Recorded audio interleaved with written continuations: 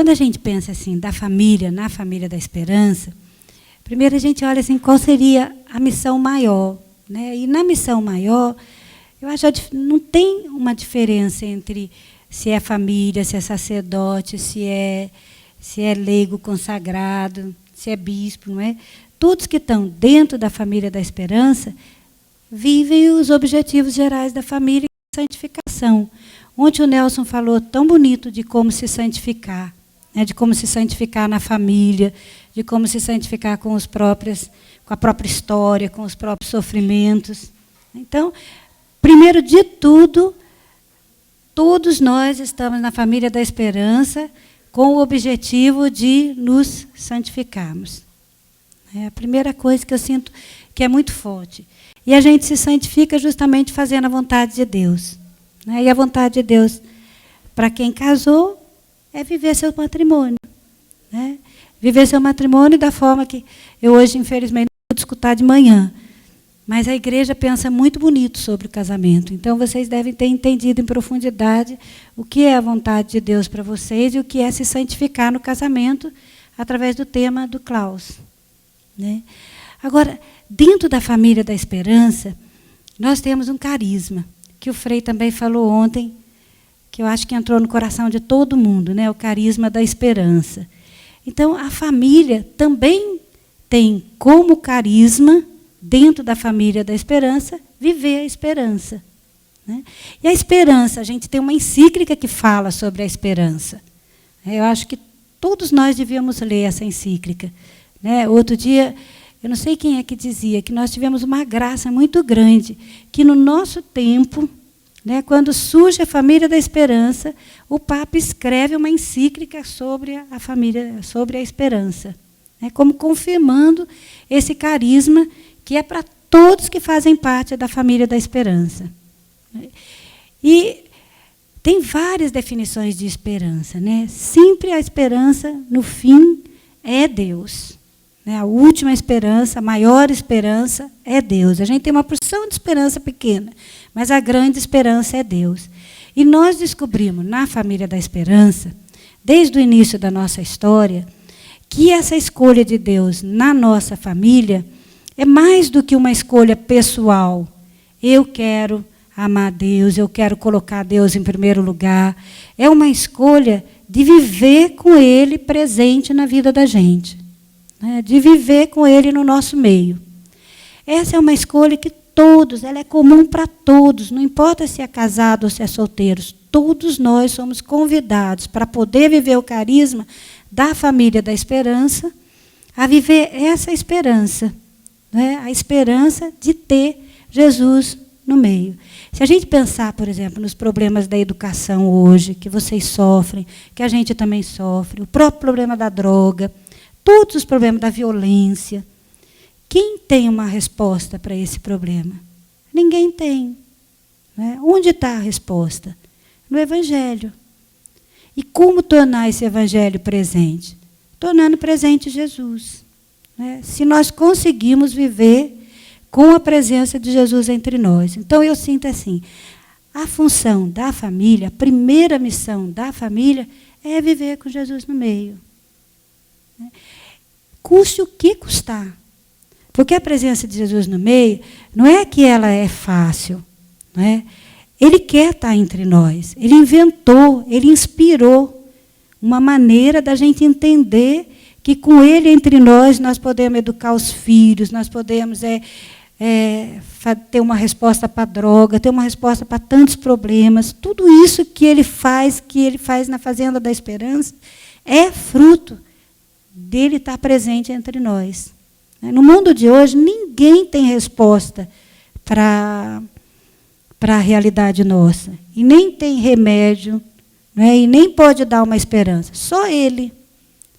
E ele inventou, inspirou, insiste que ele quer viver entre nós. Se a gente pensa nos primeiros, a gente pensa assim, nossa, que beleza, eles viviam com Jesus, né? Andavam com Jesus, conversavam, Jesus mesmo ensinava eles. Né? Mas hoje nós temos essa mesma possibilidade de ter Jesus no meio. Né? E ele ainda disse que faria coisas muito maiores. E ele faz.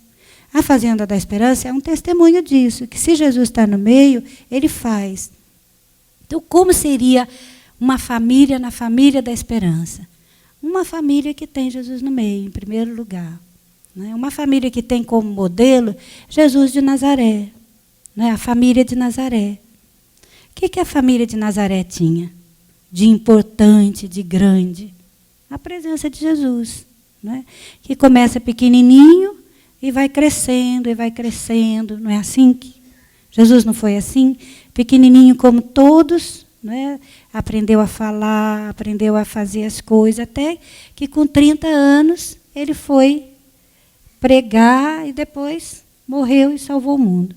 Então, essa possibilidade nós temos hoje.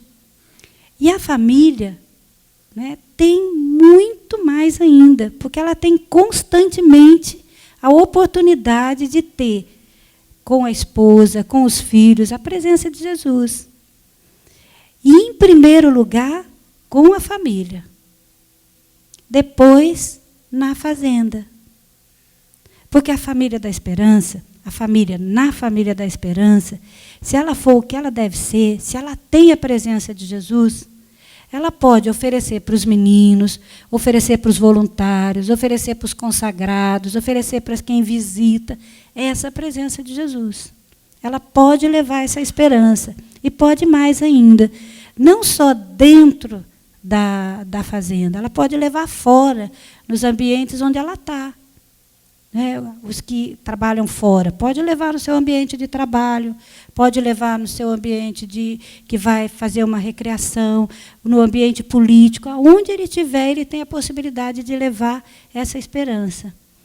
Então, a primeira missão da família da esperança é gerar Jesus no meio. E, com isso, gerar a esperança no mundo, em qualquer lugar onde eles estejam. Agora, ter a presença de Jesus não é de qualquer jeito, não é verdade? Para ter a presença de Jesus, o que precisa ter? O amor recíproco. Né? E o amor recíproco, ele não é que ele é estável. Eu amo o Nelson e eu estou sempre bem com o Nelson. O meu amor com o Nelson está sempre 100%. Não é verdade. A cada dia esse amor deve ser renovado, ele deve crescer. E vocês, mais do que a gente, têm a noção disso. Porque quanto mais perto a gente vive, mais oportunidade a gente tem de se machucar, como o Frei falava, não é? Mas também mais a gente pode ir em profundidade. Se talvez a família não possa ir tanto na extensão, né, pode ir na profundidade. Né? E pode gerar santos, políticos que transformem o mundo, celibatários que possam ficar o tempo todo nas fazendas. Então, a família, no fundo, ela é o primeiro celeiro de vocação. Ela é que educa os homens que vão fazer a religião, que vão levar a religião para frente, que vai levar a política para frente, que vai levar a sociedade para frente. E se ela tem Jesus no meio, ela tem tudo que ela pode ter para oferecer para os filhos, para a sociedade, para todo lugar onde ela está e para a família da esperança. Agora, essa presença de Jesus no meio, esse amor recíproco, é garantido no quê? No perdão recíproco. E a gente sabe o quanto difícil, às vezes, perdoar, não é? Quantas vezes a gente aborta a presença de Jesus, a gente manda embora Jesus, porque não consegue perdoar. E passa, às vezes, dias sem ter essa presença de Jesus, sem ter a luz, sem ter a alegria, porque não perdoa. Né? Nada justifica a gente a não ter o amor recíproco. Nada. Se a gente pensar assim, mas a traição é uma coisa muito forte, essa justifica. Também não justifica. Porque no casamento eu caso com quem, em primeiro lugar? Para quem que é a minha fidelidade? Não é para Jesus? Então, quando o outro cai, teve a fragilidade, primeiro, com quem que ele falhou? Com Deus. Não é? E se ele se recoloca diante de Deus e quer de novo recomeçar, quem é cada um de nós para impedir, não é verdade? Aí ele vai estar bem e eu que vou estar mal, porque eu que estou carregando o erro do outro e estou impedindo o outro de ter a presença de Jesus. Eu estou expulsando a presença de Jesus. né? E tantas outras situações, às vezes julgamento, às vezes críticas que machucam. Desde manhã a gente tem a possibilidade de trabalhar para ter Jesus no meio, não é? Às vezes um levanta de mau humor. Hoje mesmo aconteceu um pouco isso, né? A gente levanta às vezes meio estressado, sem querer dizer uma palavra que não queria dizer. E vamos falar a verdade, a gente é duro, porque para recompor, tanto a gente como o outro, não é difícil? Então, mas se a gente tivesse a dimensão do que a gente está segurando naquela hora, nós estamos segurando naquela hora a presença de Jesus entre nós.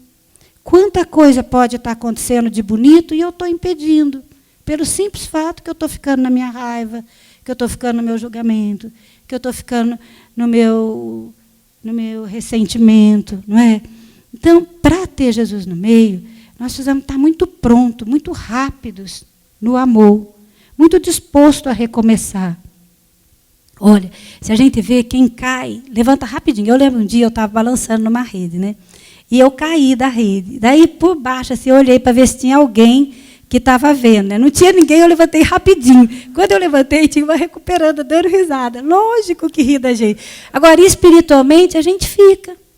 E deixa as pessoas perceberem, e deixa as pessoas sofrerem, e deixa Jesus sentar no meio de nós, não é? E é a mesma coisa que cair no chão. É mais grave do que cair no chão. Porque cair no chão, levanta os outros rir, mas passou, não é? Então, eu digo, a primeira missão da família, como de todos nós, é ter Jesus no meio. E é esse amor recíproco, que muitas vezes, para vocês, como vai mais em profundidade, é mais difícil. É mais difícil recomeçar. Mas precisa rápido. Senão, seus filhos estão sentindo a falta de Jesus no meio, seus vizinhos, os meninos na fazenda.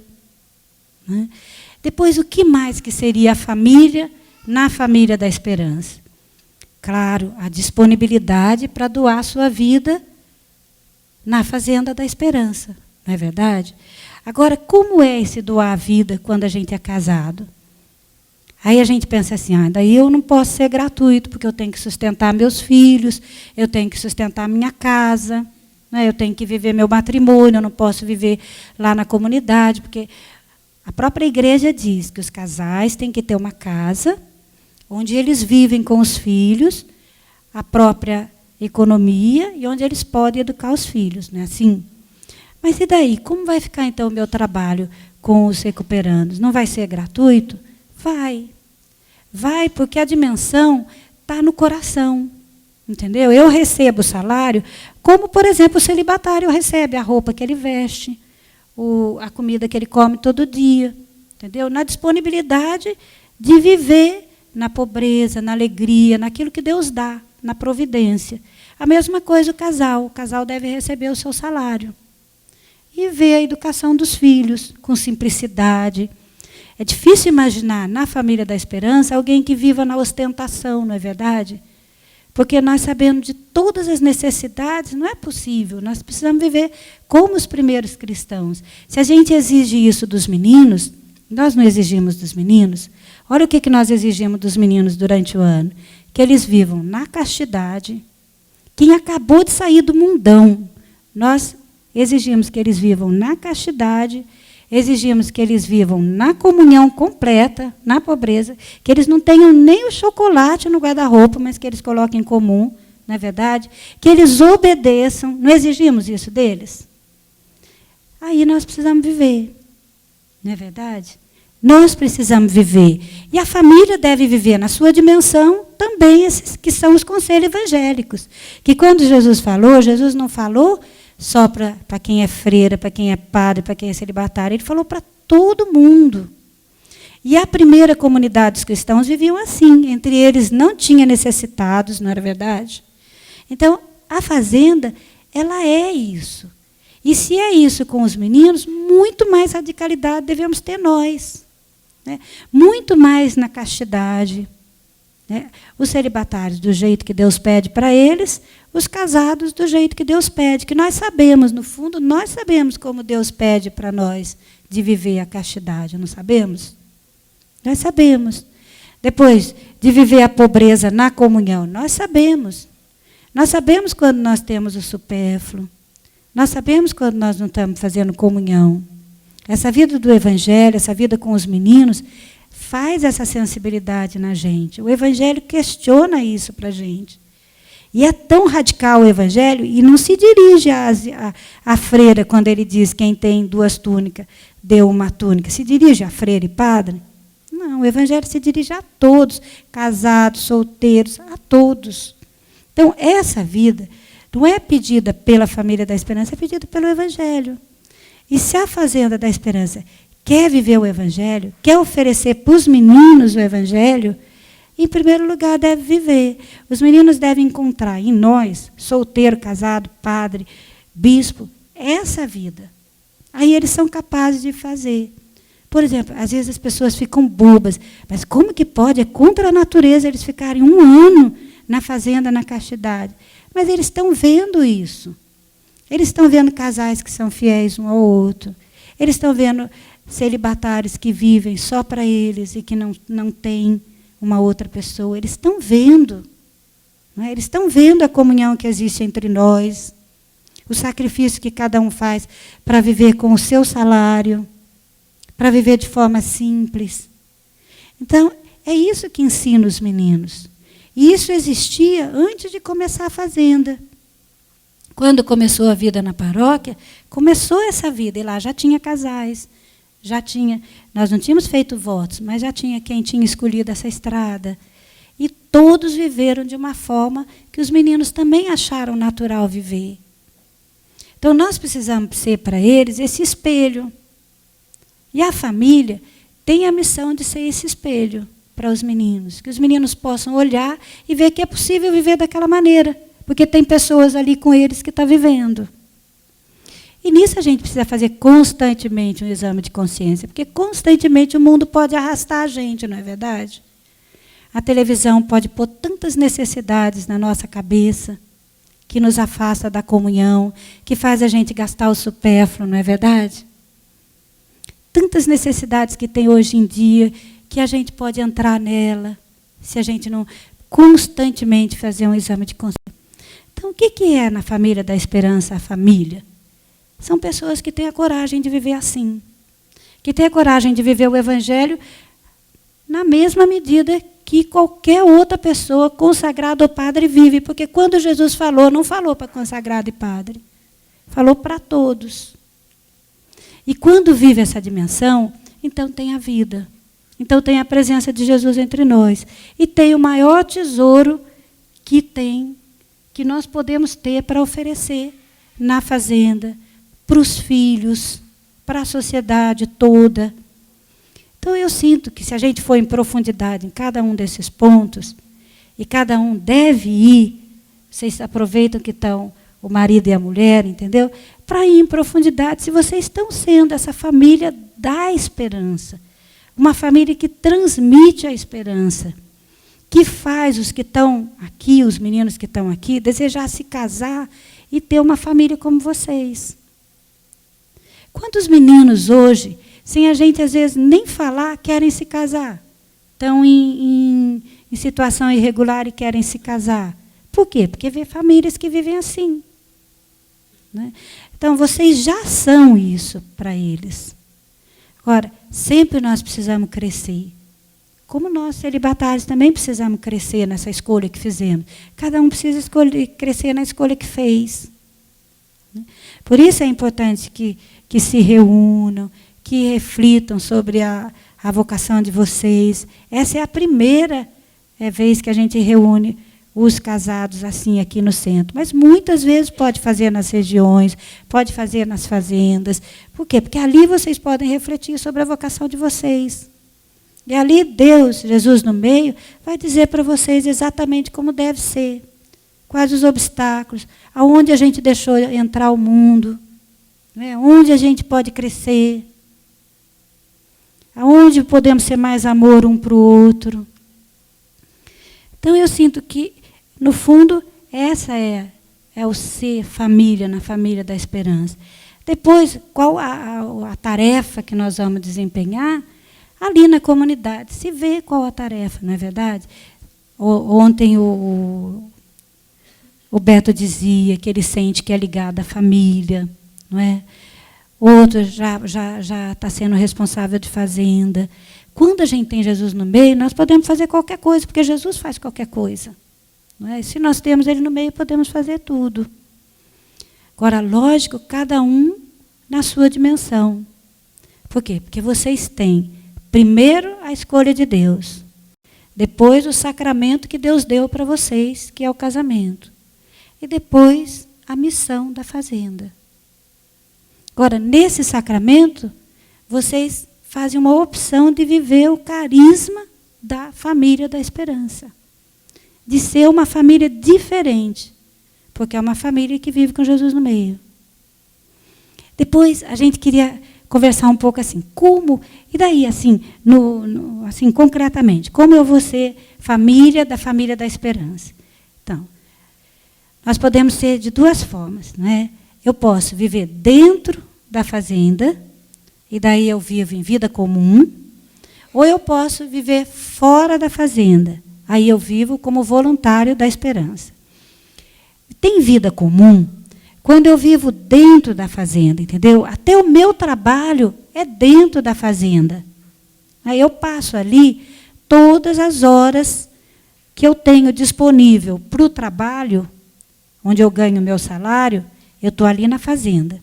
Fazendo aquele trabalho com mais amor ainda, porque além de ter o sentido de eu ganhar o dinheiro para manter minha família, tem o sentido que eu estou construindo a família da esperança. Eu estou levando a esperança naquele lugar através do meu trabalho. Né?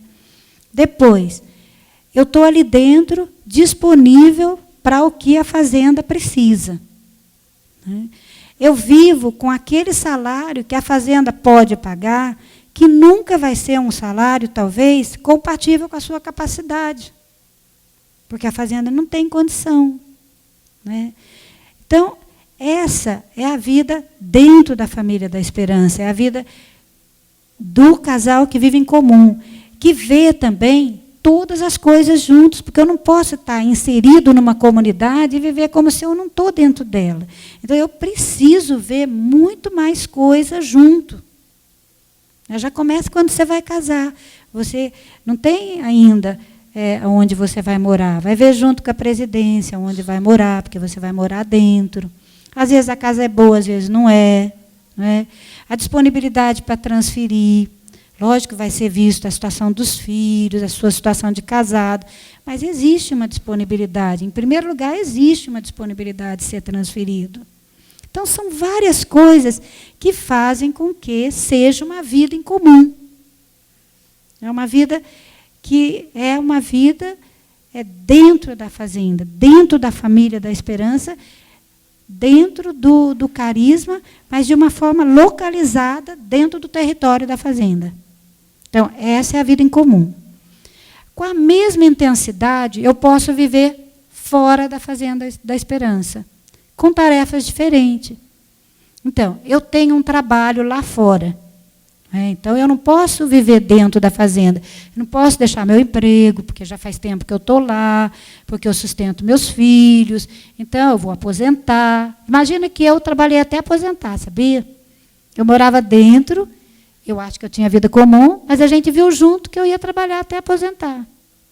Então, tem famílias que têm a necessidade de ficar fora, ou que têm o desejo de morar fora, que sente que não é dentro o lugar, que quer morar fora da fazenda.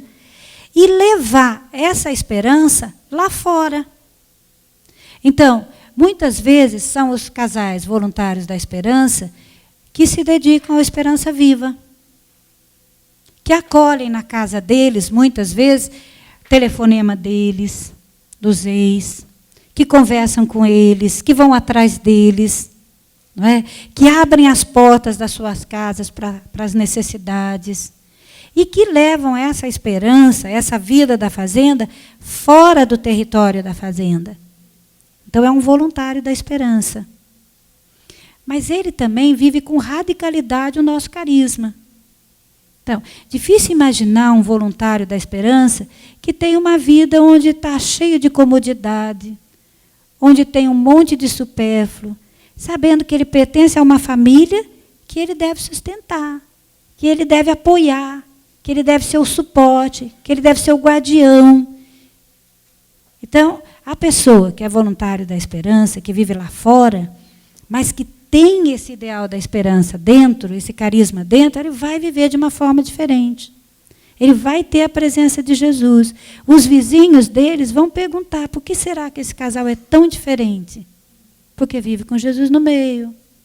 A paróquia onde ele frequenta vai ter alegria de ver quando eles entram dentro da igreja, porque é um casal que vive de uma forma diferente. Por quê? Porque vive o carisma da esperança. Uma coisa e outra é necessário, uma complementa a outra. Então, os voluntários da esperança complementam os de vida comum. Os de vida comum fazem aquilo que os voluntários da esperança não podem fazer. Mas são vidas diferentes. No estatuto, vão ter um regulamento diferente. O regulamento interno vai ser diferente para eles. Porque eles precisam viver de uma forma diferente, mas, na radicalidade, a mesma. Depois, quais os passos para a gente fazer parte da família da esperança? Porque, às vezes, tem dentro da gente, uma confusão assim, entre fazenda e família da esperança. Né? A fazenda é essa instituição que recupera os jovens, né? Que é mais do que recuperar os jovens, é viver o evangelho, mas é alguma coisa concreta. É essa a realidade que a gente está aqui. Né? A família da esperança são as pessoas que levam para frente a fazenda. São as pessoas que dão a vida para que a fazenda vá para frente.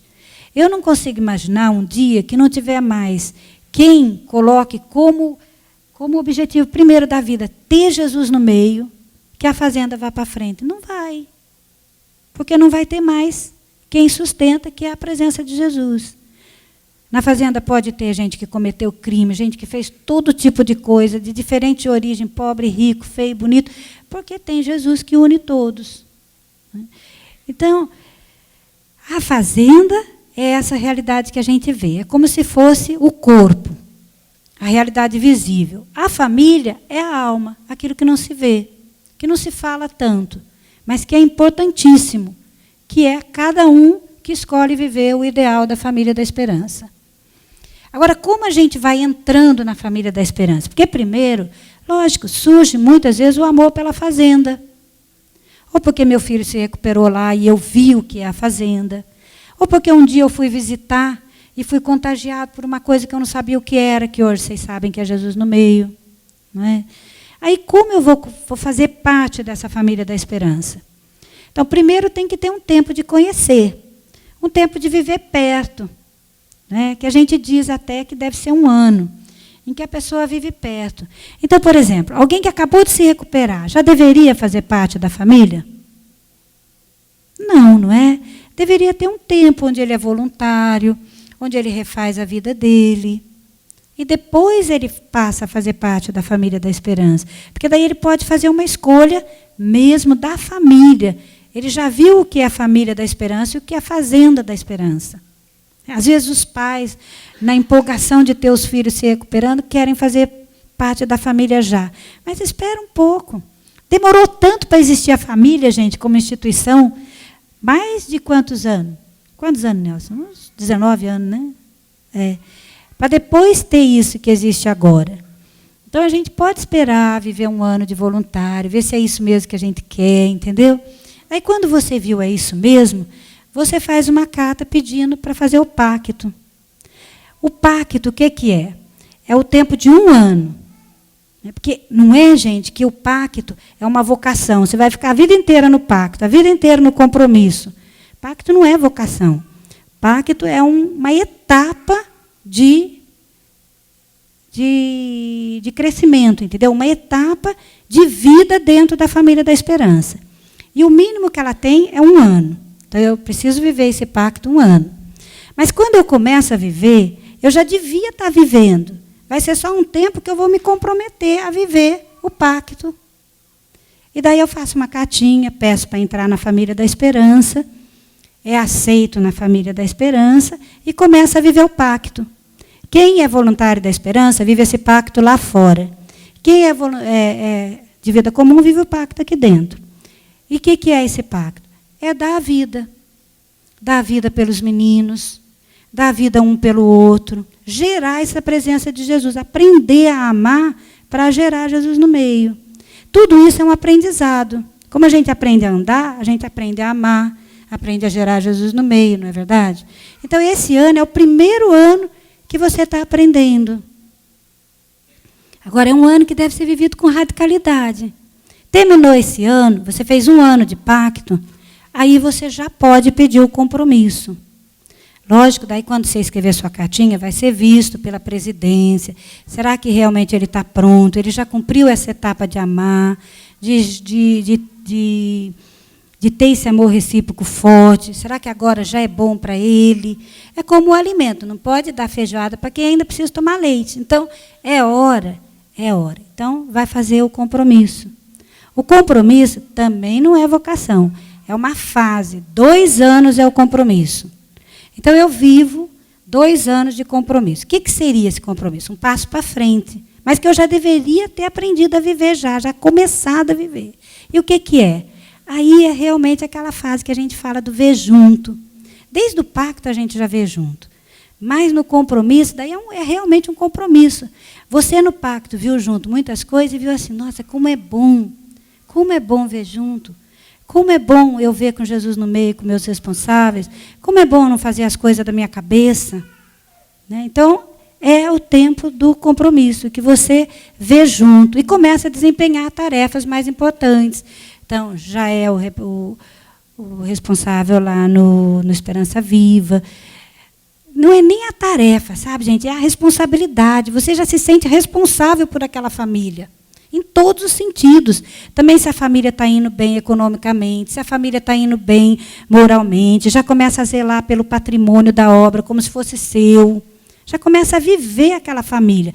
Como numa família. Numa família, a gente não deixa falar mal da família da gente, a gente corrige. Não é? A gente vive junto mesmo como família. O compromisso já deveria ser isso. Eu sinto que a minha família, eu já começo a viver com eles como família. Já começa a viver uma comunhão mais forte. Então, eu estou vivendo a época do compromisso, de ver tudo junto com Jesus no meio. E eu vou ver se eu gosto daquilo, se aquilo me faz feliz. Se eu fico feliz de ver tudo junto, se eu não me sinto forçada, será que eu tenho que ver isso junto também? Ou, puxa, isso eu podia decidir sozinho, entendeu? Mas se você fica feliz, se você vê que isso é uma oportunidade para você amar mais, para você ser mais amor para o outro, então você está descobrindo a sua vocação. Você está descobrindo que a família da esperança é seu caminho. Daí, completando os 2 anos, você pode pedir para fazer o quê? A promessa. Eu não falei, mas o compromisso também se vive fora e dentro, da mesma forma. Né? Daí você pede para fazer a promessa. Quando você pede para fazer a promessa, é como se você dissesse assim, olha, esse é meu caminho. Agora eu sei o que Deus queria de mim. Agora eu sei como é o caminho que Deus quer que eu faça para chegar até Ele. Porque todo mundo precisa descobrir o caminho para chegar até Deus. Alguém é o movimento focular, alguém é o movimento carismático. E alguém descobre que a família da esperança satisfaz. Eu fico realizada e feliz. Então é a hora de fazer a promessa. Então eu faço a promessa. O que é a promessa? É uma promessa de fidelidade ao carisma. Eu vou ser esperança. Mesmo no meio de muito sofrimento, eu vou ser esperança para aquelas pessoas. Mesmo no meio de muita dificuldade, eu vou ser esperança. Eu vou ser uma pessoa otimista. No fundo, gente, uma pessoa que abraça Jesus abandonado. Né? Quem não abraça Jesus abandonado não pode gerar esperança. Não pode gerar Jesus no meio. Não é verdade? Quem não sabe perder, não pode. Não tem como. Então, quando eu descubro, esse é meu caminho, é assim que eu quero viver a vida inteira, eu posso fazer as promessas. Agora, a igreja, ela é cautelosa. Então, ela diz assim, que as promessas a gente tem que renovar por 5 anos. Tem gente que diz assim, mas eu já sei, eu posso fazer a promessa definitiva? Houve essa pergunta no encontro do discernimento. Né? Não. Por quê? Porque nós devemos seguir a igreja, que é muito, muito sábia, né? Então, a igreja diz que durante 5 anos... Também porque, gente, tudo tem que ser aprendido. Você tem que ser exercitado. Às vezes a gente tem tanta vontade, mas na prática a gente não consegue fazer direito. Alguém precisa estar sempre dizendo para mim, olha, eu tenho 60 anos, eu tenho 30 anos de obra, né? Constantemente alguém tem que dar um toque em mim. Constantemente eu quero fazer um colóquio. Constantemente eu pergunto como que eu posso viver melhor o carisma. Onde eu posso melhorar. E constantemente eu tenho onde melhorar. Às vezes eu nem preciso perguntar, que chega. Então, mas é bom, não é, que chegue? É bom que chegue. Então, as promessas é um tempo de crescer nesse ideal, porque você vai ser o portador dessa família da esperança. Você vai ser o portador desse carisma agora. Você vai ser o pai e a mãe na família da esperança. Você não vai mais só aprender. E quando você sente, agora eu já estou mais forte, é isso mesmo. Passou 5 anos, você foi fiel naqueles 5 anos, acompanhado por alguém que lhe diz, ó, você está conseguindo, aqui você pode melhorar e tudo, você pode fazer a promessa definitiva. E a família da esperança vai existir enquanto tiver pessoas que dizem, essa é a minha vocação, esse é o caminho que eu quero viver.